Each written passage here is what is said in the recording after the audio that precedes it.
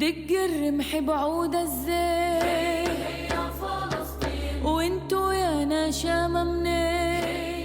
We put forward the demand for a permanent ceasefire, for a prisoners exchange, and for justice, which means dismantling this occupation, ending apartheid, and lifting the siege on Gaza. Our demands before this genocidal offensive were to free the people of Gaza from this siege. We could see that this was a time bomb. We could see that this was not a livable situation for the people of Gaza, and they deserve better. That could have been achieved. Unfortunately, the international community, the trade unions internationally, the international solidarity movement did not succeed in lifting the siege on Gaza. The people of Gaza held this attack, this militant uprising, you could say, or whatever you want to call it, this violent uprising even. And in retaliation, as we've been discussing, there was this genocidal offensive. Now, the international community called this self-defense, and that is when, we began our protests, because any time that that kind of language is brought into the discourse, it means war, and it means the mass bombardment of populations against all international law. There is absolutely no space for the bombing of hospitals, for the bombing of schools in a society and in a world that values human life and a world that values justice.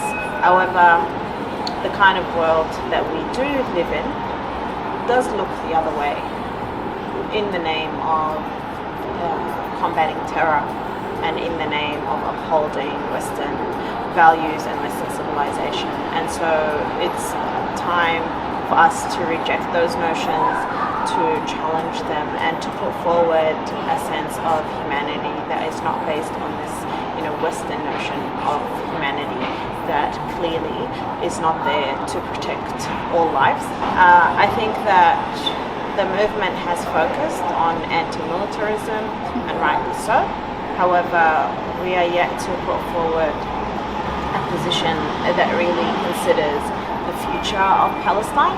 And this is the time, especially coming to this 1 year mark of losing 50,000 Palestinian lives, to remind people that there is a way forward, which is to decolonize Palestine and to come together to dismantle this military occupation, this zionist occupation. We know that our land has enough for us all. We take what we need from it, and there's a lot more to everyone that needs. But for those greedy colonizers, it's never enough. And that's why they fail. That's why they've been exposed. Because they don't know how to deal with this land. They don't know that this land, the connection to the land, and the faith, which is in my culture, the faith in the Creator, is way stronger than all the power, all the advantage, all the advanced technologies they have. Way stronger. So one of the things that keeps me going, and it's a foundational sort of aspect, and that's what grounds me as well, that we do not fear death. Death to us is not the end. Our bodies will die, but our soul are in the sky. That's a sort of belief we have in our own culture, in our land. One of the main figures that is resisting right now in Palestine, he said something.